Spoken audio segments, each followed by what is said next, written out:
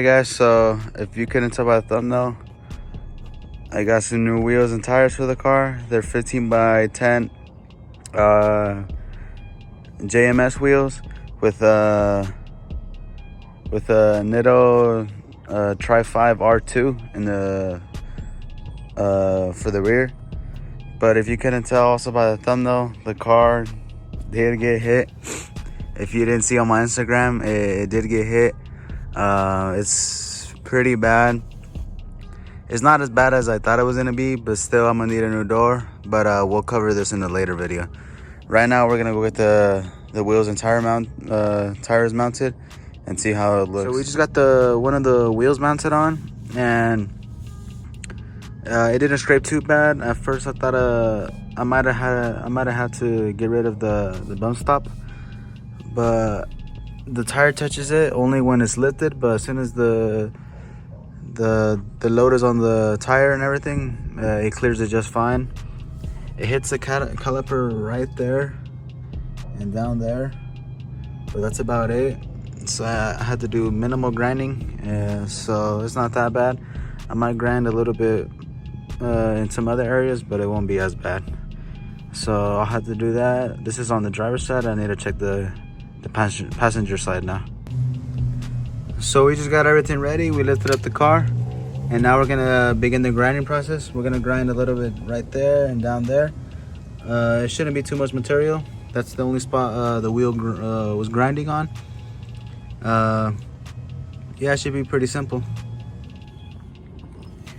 So right now we're currently in the process of grinding down the calipers. I took it for a spin.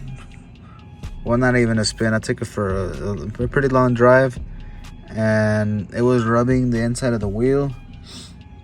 It's not that bad. It was covered in tape, but this tape that was here got peeled down, and I just grinded this down again. I need to grind right here and a little bit down over here. I believe this was done just right now with the grinder, but I'll probably touch it up again. It's not that hard. It's just annoying. Every time you think you did it enough, you always got to come back more to do it, which is why I decided to put the tape. And the tape has made it easier, but still kind of a pain. But hopefully this should be the last and final time, because like I said, I did drive it for a few miles to the body shop that I was looking at to get my car fixed. It was about a 10 mile drive there and 10 mile drive back home. So it shouldn't be that bad, but still, I still got to do some more grinding on the driver and the passenger side. So I got the wheel mounted again, and hopefully that should be the last time I have to do it. But I'll be able to tell if it hits. It was making like almost like a knocking sound every time I was driving it down the street. But hopefully now it shouldn't hit. I took a lot of material off this time, more than I felt comfortable doing, but you know, as long as it works. So that's it for the driver's side. Now let's go to the passenger side. So this is the passenger side, and here's a more of a view of how much I had to remove.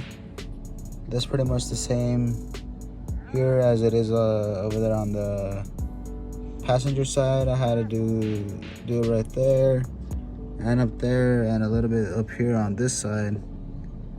This is the passenger side, and over there is the driver's side, I mean. But it's pretty much the same. I'm gonna drive it like this for a bit, and later I'll come back and put some paint on here just so it doesn't get any corrosion. But it's not that hard. The only thing is just doing the grinding. It's kind of a pain. I wouldn't do it again if I'm being honest, but I guess you could say it's worth it just for the wheels that I got. They're pretty cool, and they set out the car just right. Alright guys, this is how the car looks. The end result is the rears. We got the stalkers up front, Ignore the flat tire, we will get that taken care of. But with these, we get a little bit more traction because they are radials. And they were only grinding for a little bit. I don't know if you can see inside there. Yeah, you can. They were only grinding for a little bit. We got the brakes running down, and they ride fine.